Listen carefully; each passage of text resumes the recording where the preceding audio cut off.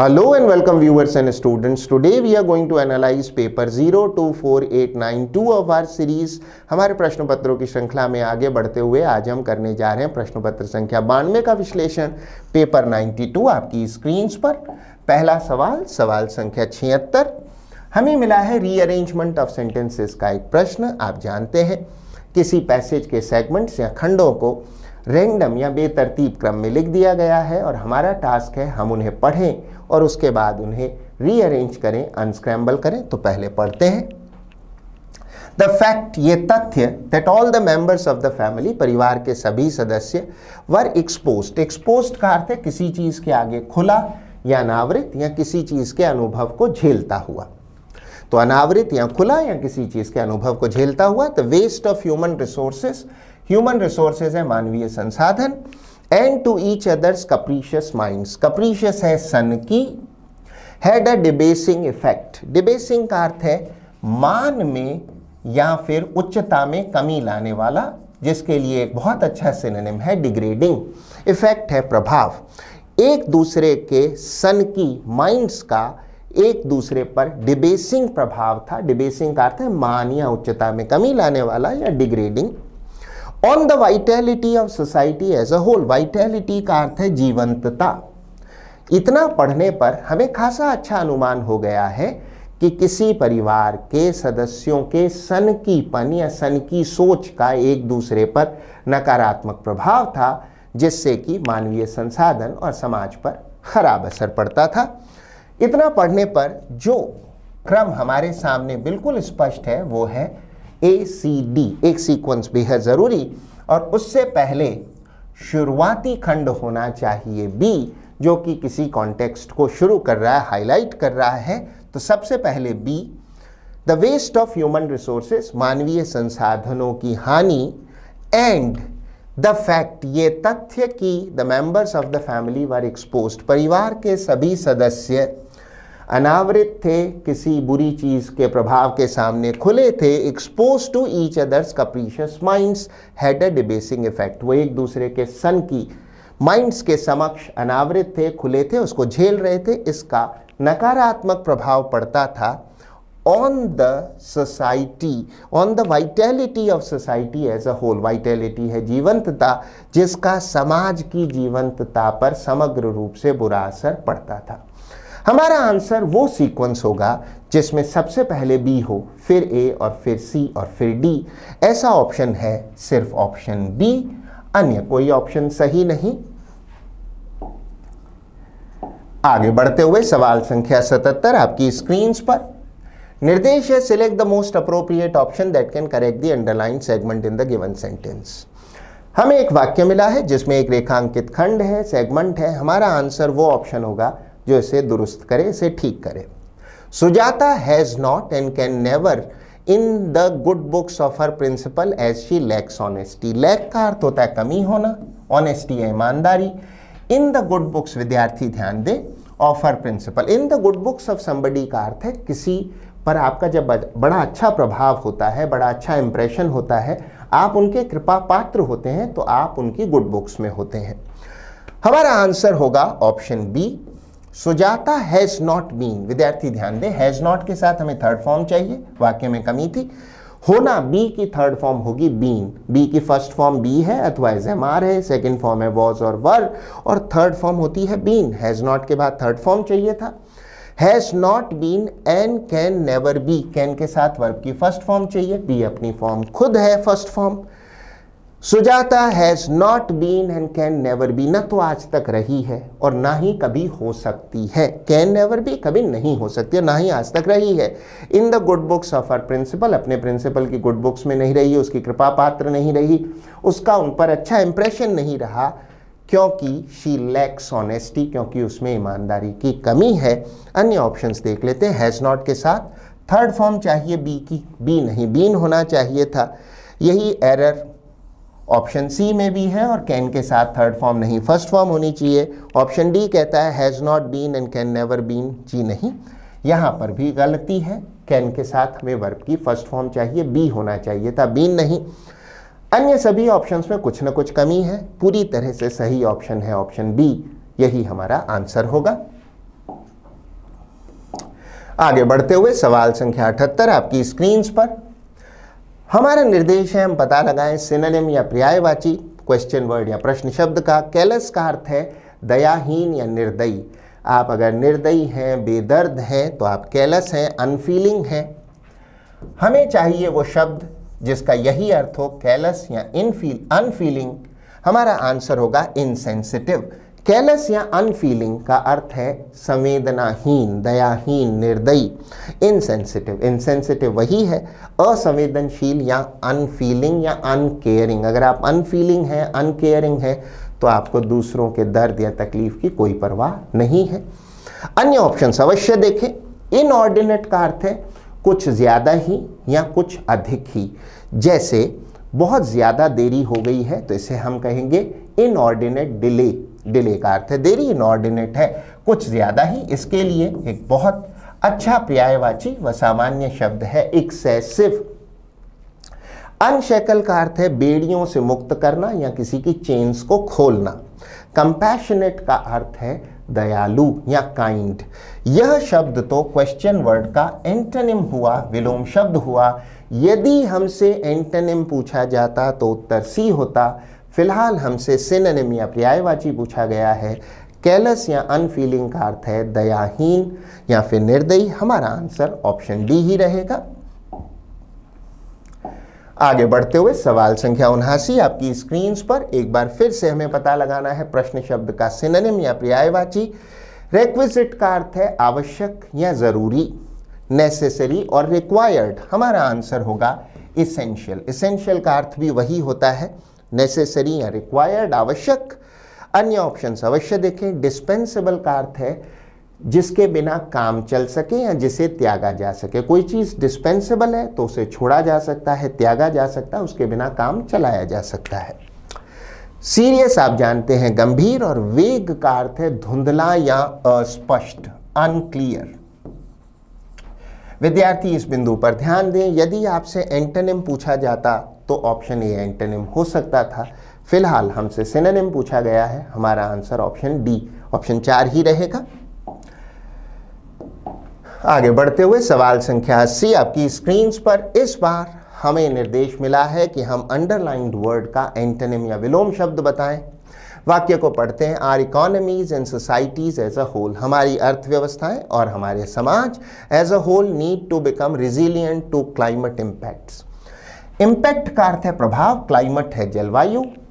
असली शब्द है रिजिलियंट। जो हमारा प्रश्न शब्द है रिजिलियंट का अर्थ है जो किसी सदमे या किसी बुरी स्थिति से आसानी से रिकवर कर जाए। तो रिजिलियंट है जो इतना लचीला है कि वह किसी सदमे या परेशानी या दिक्कत से उबर पाए। हमारा आंसर होगा वो शब्द जो इसका उल्टा हो। आंसर होगा वीक। अगर आप रिजिलियंट हैं तो आप स्ट्रॉन्ग और लचीले हैं और किसी सदमे से उबर सकते हैं। वीक हैं तो आप कमज़ोर हैं, आप सदमे आदि से नहीं उबर पाएंगे। अन्य ऑप्शंस कभी इग्नोर ना करें। इंट्रिकट का अर्थ है पेचीदा या जटिल, इंग्लिश में complicated.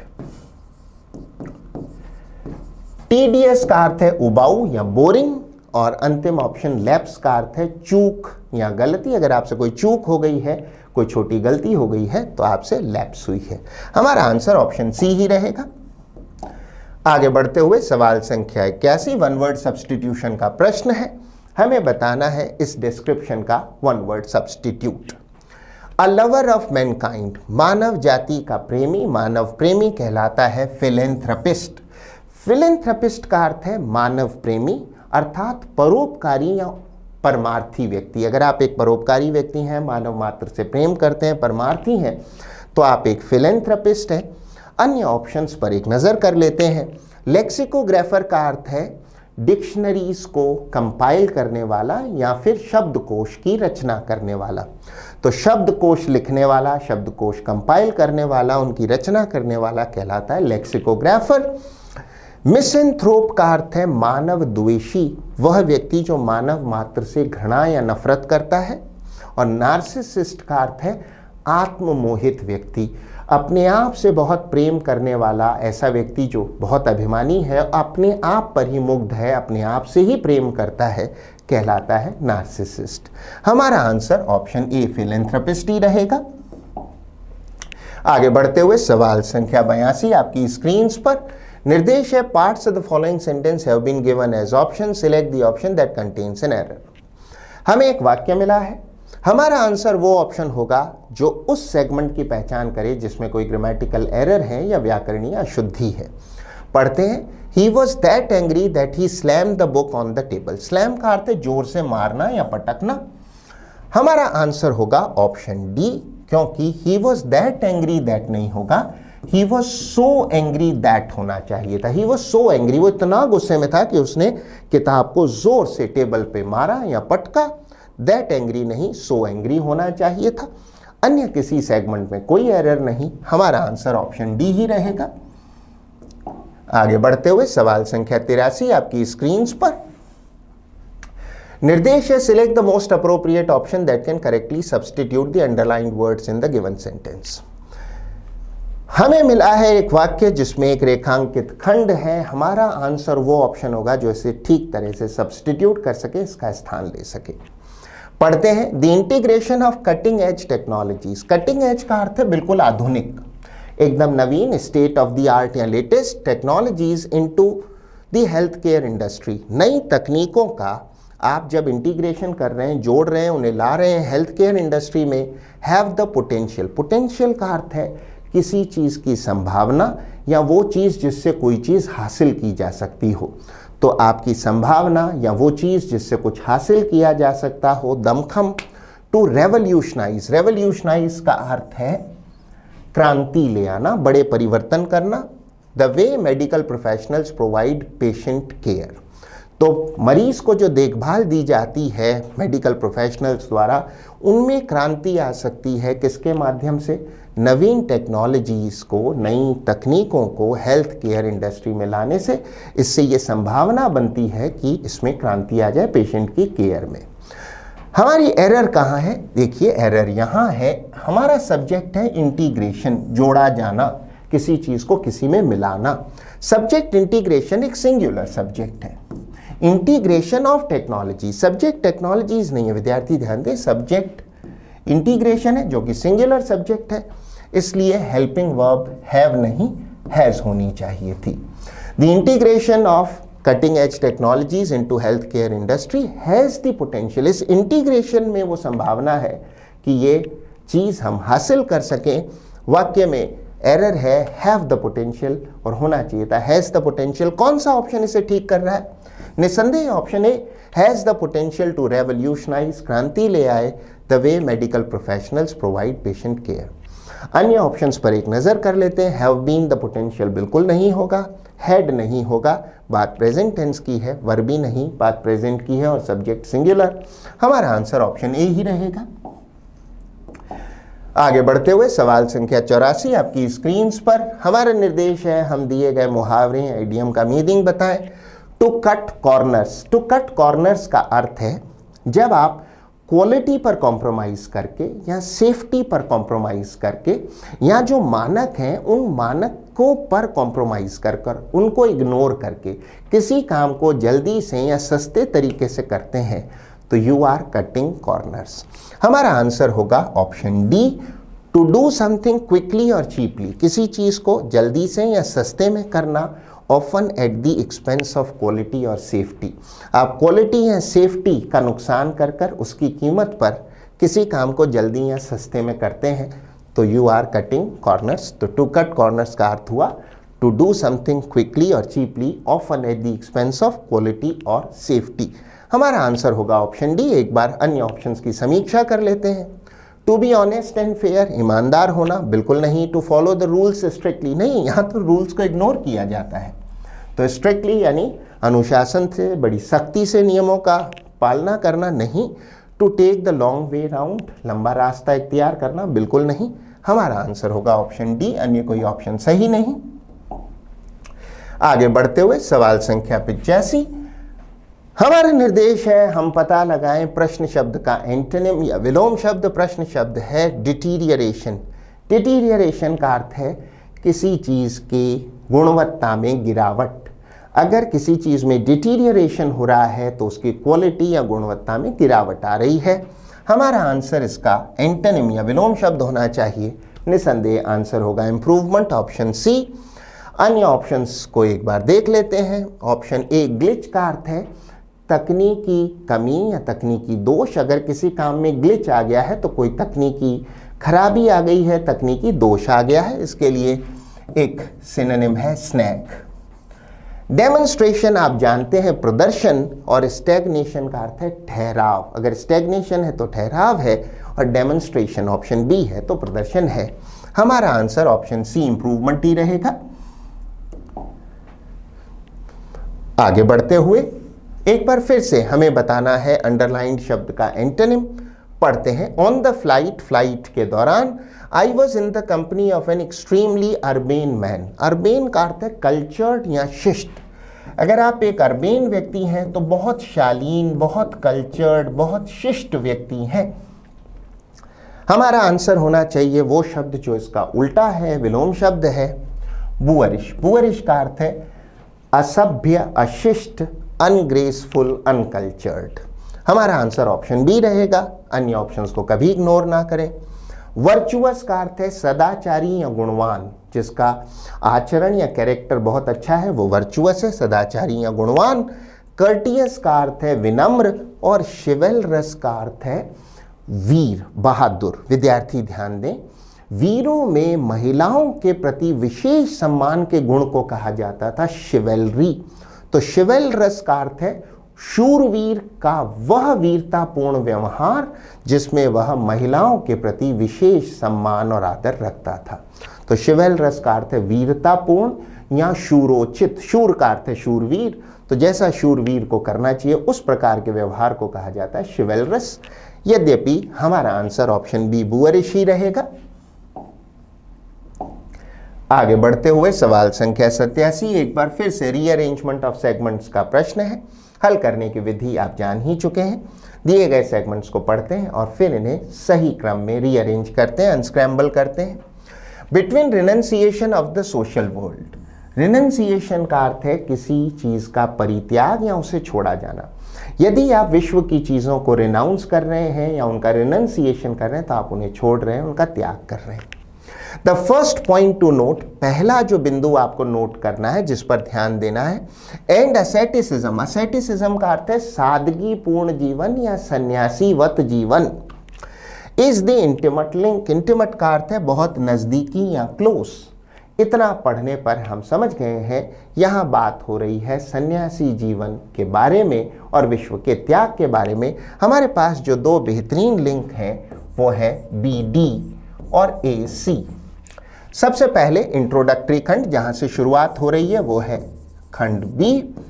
The first point to note, पहली जो बात आपको नोट करनी है, जिस पर ध्यान देना है, is the first point singular है, इज द इंटीमेट लिंक। वो है बहुत ही करीबी संबंध, बहुत ही करीबी संबंध between renunciation of the social world, सामाजिक जीवन के परित्याग या उसके छोड़े जाने के बारे में, और अंतिम खंड सिर्फ सी हो सकता है, एंड असेटिसिज्म, सामाजिक जीवन के परित्याग और सन्यासी जीवन के बीच में एक इंटीमेट लिंक, एक बहुत करीबी संबंध है।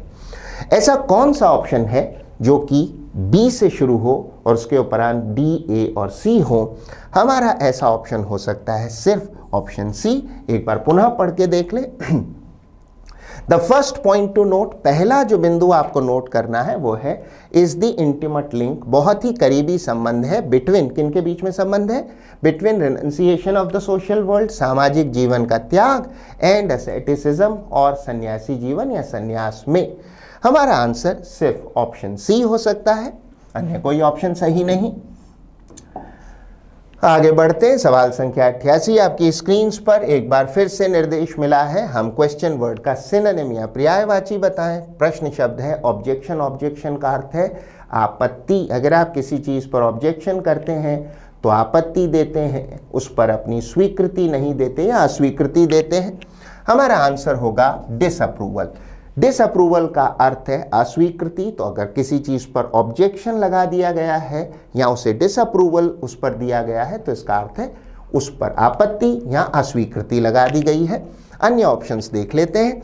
ऑप्शन ए सैंक्शन का अर्थ है स्वीकृति, जो कि प्रश्न शब्द का ओपोजिट है, एंटोनिम है। यदि हमसे विलोम शब्द पूछा जाता तो ए उत्तर हो सकता था। ऑब्जेक्शन आपत्ति है और सैंक्शन स्वीकृति है। मौन का अर्थ है कराहना, आप दर्द में पीड़ा में जो आवाज करते हैं दर्द भरी, उसे कहते हैं मौन या कराहना हिंदी में। और काउंटर आप जानते हैं, लकड़ी का कोई काउंटर, किसी दुकान आदि में भी काउंटर है, जबकि वर्ब के रूप में काउंटर का अर्थ है किसी चीज का विरोध करना। अगर आप मेरे आर्ग्यूमेंट को काउंटर करते हैं तो उसका विरोध करते हैं। हमारा आंसर ऑप्शन सी ही रहेगा, डिसअप्रूवल। आगे बढ़ते हुए सवाल संख्या 89 आपकी स्क्रीन पर। निर्देश है select the option that correctly expresses the following sentence in passive voice. हमें मिला है एक्टिव वॉइस का एक वाक्य, हमारा आंसर वो ऑप्शन होगा जो इसको ठीक तरीके से पैसिव वॉइस में बदले। पढ़ते हैं, are you delivering the pizza. Are you delivering the pizza, विद्यार्थी ध्यान दें, ऐसे वाक्यों में सबसे पहले हमें पहचानना चाहिए वाक्य के टेंस को। इज एम आर के साथ ING form of the verb है, टेंस हुआ प्रेजेंट कंटिन्यूअस। हमें दिए गए वाक्य का टेंस है प्रेजेंट कंटिन्यूअस टेंस। जब हम इसे पैसिव में बदलेंगे तो फिर नए सब्जेक्ट के मुताबिक जैसी भी आवश्यकता हो इज एम आर के साथ बीइंग लगाना होगा और फिर हमेशा की तरह पैसिव में वर्ब की थर्ड फॉर्म या पास्ट पार्टिसिपल फॉर्म लगानी होगी। नया सब्जेक्ट होगा पिज्जा, चूंकि पिज्जा सिंगुलर सब्जेक्ट है इसलिए हमारी हेल्पिंग वर्ब एम और आर नहीं हो सकती, इज ही होगी। और वाक्य इंटेरोगेटिव है, प्रश्नवाचक है, तो हेल्पिंग वर्ब शुरुआत में होगी। इन सभी शर्तों के आलोक में हमारा आंसर हो सकता है सिर्फ option A, is the pizza being delivered by you. क्या पिज्जा की डिलीवरी आप द्वारा की जा रही है, आप उसे दे रहे हैं। अन्य ऑप्शंस पर एक नजर कर लेते हैं। वर द पिज्जा नहीं, वाक्य भूतकालिक नहीं था। Has the pizza being delivered नहीं, बिल्कुल नहीं, हैज के साथ यूं भी बीइंग नहीं हो सकता। और प्रेजेंट कंटिन्यूअस का वाक्य था, हैज भी नहीं आ सकता, विल भी नहीं। हमारा आंसर ऑप्शन ए ही रहेगा। आगे बढ़ते हुए सवाल संख्या 90 आपकी स्क्रीन पर। निर्देश है select the most appropriate idiom for the given situation. हमारा आंसर वो ऑप्शन होगा जो दिए गए वाक्य की सिचुएशन के लिए सही इडियम या मुहावरा बताता हो। पढ़ते हैं, it's no use giving them such expensive things. Such का अर्थ है इतनी, एक्सपेंसिव है महंगी, उनको इतनी महंगी चीजें देने का कोई फायदा नहीं होगा। एज, चूंकि they do not understand their value, क्योंकि वो उनके मूल्य को नहीं समझते, उनके महत्व को नहीं समझते। वो इडियम जो इस सिचुएशन को ठीक से डिस्क्राइब करती हो वो है option D, to cast pearls before swine. Pearls है मोती और स्वाइन है सुअर। सुअर के आगे मोती फेंकने के मुहावरे का अर्थ है किसी ऐसे व्यक्ति को बहुत मूल्यवान चीज देना जो उसकी कद्र ना कर सके, जो उसके महत्व को ना जानता हो। अन्य ऑप्शंस पर एक नजर कर लेते हैं। टू बाय अ पिग इन अ पोक एक मुहावरा है जिसका अर्थ है किसी चीज को बिना देखे, बिना उसका असेसमेंट या मूल्यांकन किए उसको खरीद लेना। अक्सर ऐसी चीज को खरीदना जो आपको नहीं खरीदनी चाहिए थी, पर आपने उसको ठीक से देखा परखा नहीं और एक अच्छा खासा मूल्य उसके लिए चुका दिया। चैप्टर एंड वर्स, वैसे तो शाब्दिक रूप से चैप्टर अध्याय है और वर्स का अर्थ है कोई सूक्ति या फिर दोहा, किंतु मुहावरात्मक अंग्रेजी में to give somebody chapter and verse पूर्ण इडियम है, to give somebody chapter and verse. इसका अर्थ है किसी को किसी विषय के बारे में पूर्ण या सटीक जानकारी देना, ये कहाँ से आया, किस बारे में है, इस प्रकार पूर्ण जानकारी देने को कहेंगे to give somebody chapter and verse on some topic etcetera. तीसरा option to beat about the bush का अर्थ है इधर उधर की बात करना, मुद्दे पर ना आना, असली बिंदु पर ना आना, सिर्फ इधर उधर की बात करना। हमारा आंसर ऑप्शन डी ही रहेगा। आगे बढ़ते हुए सवाल संख्या 91 में आपकी स्क्रीन पर। निर्देश है the following sentence has been split into 4 segments, identify the segment that contains a grammatical error. नीचे दिए गए वाक्य में हमारा आंसर वो सेगमेंट, वो खंड होगा जिसमें कोई ग्रामेटिकल एरर या व्याकरणीय अशुद्धि हो। पढ़ते हैं, N important meeting would have held in Prem auditorium tomorrow evening. वाक्य में निसंदेह एरर यहां है, वुड हैव हेल्ड नहीं होगा, बात टुमारो इवनिंग आने वाले कल की शाम है, होना चाहिए an important meeting will be held या फिर is going to be held या is scheduled to be held, तो an important meeting would have held, नहीं विल बी हेल्ड या is going to be held या is scheduled to be held. Error कहाँ है? Error निसंदेह segment A में है, वुड हैव हेल्ड नहीं होना चाहिए था, विल बी हेल्ड और is going to be held और is scheduled to be held इत्यादि होना चाहिए था। अन्य किसी segment tomorrow evening an important meeting या प्रेम ऑडिटोरियम में कोई एरर, कोई त्रुटि नहीं। हमारा आंसर ऑप्शन ए ही रहेगा। एक बहुत महत्वपूर्ण मीटिंग होगी कल शाम प्रेम ऑडिटोरियम में।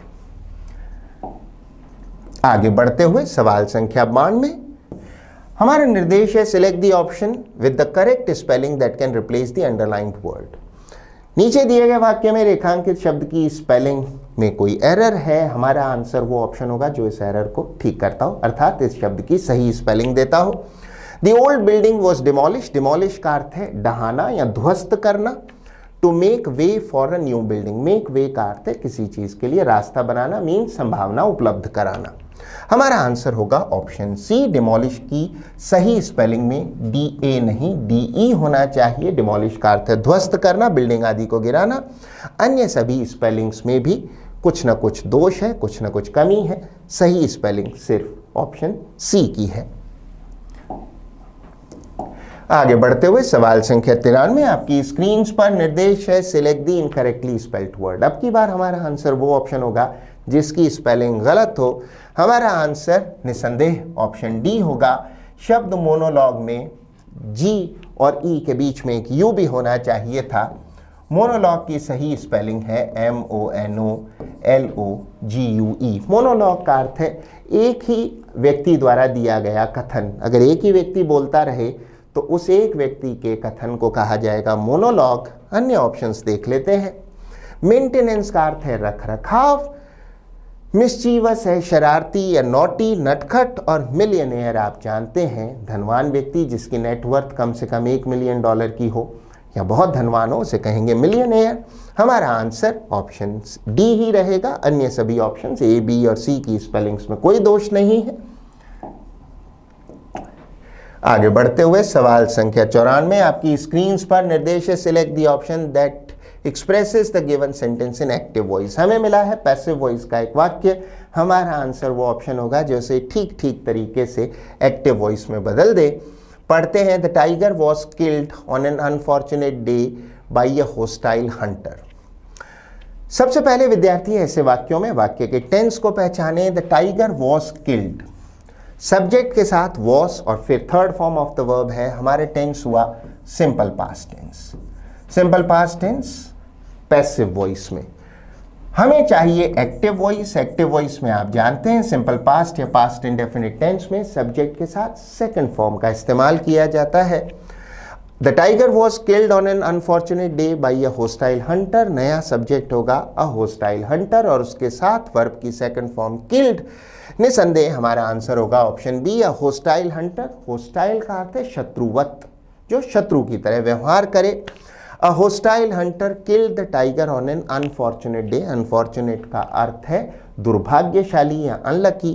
तो एक अनलकी दिन पर a hostile hunter, एक शत्रुवत हंटर शिकारी ने उस टाइगर को मार दिया। अन्य ऑप्शंस की समीक्षा कर लेते हैं। ऑप्शन ए कहता है a hostile hunter kills, नहीं, वाक्य भूतकाल का है, किल्ड होना चाहिए था। a tiger is killed, नहीं, a tiger वॉज किल्ड, पर वो तो स्वयं पैसिव वॉइस है। इज किल्ड भी पैसिव वॉइस है पर टेंस गलत है, प्रेजेंट नहीं पास्ट। तो हमें पहला तो वॉइस चाहिए एक्टिव। सी ऑप्शन दे रहा है पैसिव और टेंस भी पास्ट की जगह प्रेजेंट, तो पूरी तरह से गलत है। ऑप्शन डी को देख लेते हैं। होस्टाइल हंटर हैड किल्ड, बिल्कुल नहीं, हैड नहीं होना चाहिए था। हमारा आंसर ऑप्शन 2 बी ही रहेगा। आगे बढ़ते हुए सवाल संख्या 95, आपकी स्क्रीन पर निर्देश है choose the correct meaning of the underlined word in the given sentence. नीचे दिए गए वाक्य में एक अंडरलाइंड शब्द है, एक रेखांकित शब्द है। हमारा आंसर वो ऑप्शन होगा जो इस अंडरलाइंड वर्ड का ठीक ठीक अर्थ बताता हो। पढ़ते हैं the government is planning, planning का अर्थ है योजना बना रही है। अ न्यू पॉलिसी, एक नई नीति की, to help the immigrants coming from the neighbouring country, neighbouring country है पड़ोस का देश। शब्द इमिग्रेंट्स का अर्थ है आप्रवासी व्यक्ति। आम भाषा में कहें तो वो लोग जो कि किसी देश में आकर बस गए हैं अपने मूल देश या स्वदेश से। हमारा आंसर होगा option A, the people who come to live permanently in a foreign country, जो किसी देश में आ गए हैं अपना देश छोड़ करके। अन्य ऑप्शंस को रिव्यू कर लेते हैं। The people who look for work in a big city, जो बड़े किसी शहर में काम ढूंढने आए हैं, नहीं। The people who travel to space, वो लोग जो अंतरिक्ष की यात्रा करते हैं, बिल्कुल नहीं। The people who go to visit a new country, बिल्कुल नहीं। हमारा आंसर ऑप्शन ए ही रहेगा। आगे बढ़ते हुए हमारे पास अंतिम 5 प्रश्न है। एक cloze test, fill in the blanks का एक समुच्चय। इसे हल करने की विधि से आप वाकिफ हैं। पहली बार में पैसेज को हल करने की कोशिश ना करें, जैसे दिया है वैसे पैसेज को पढ़ें और फिर इसे हल करें। यदि समय अपर्याप्त हो, नाकाफी हो, तो आधा पैसेज पढ़ें और फिर उसे हल करें। और हमेशा याद रखें, ब्लैंक के आगे तक पढ़ें। तो पढ़ते हैं। Today I want to talk to you about a very simple matter. Simple है, साधारण, मैटर है विषय वस्तु। आज मैं आपसे एक बहुत साधारण विषय वस्तु के बारे में बात करना चाहता हूं। That is simple conversations. Conversations है बातचीत, वो है साधारण बातचीत।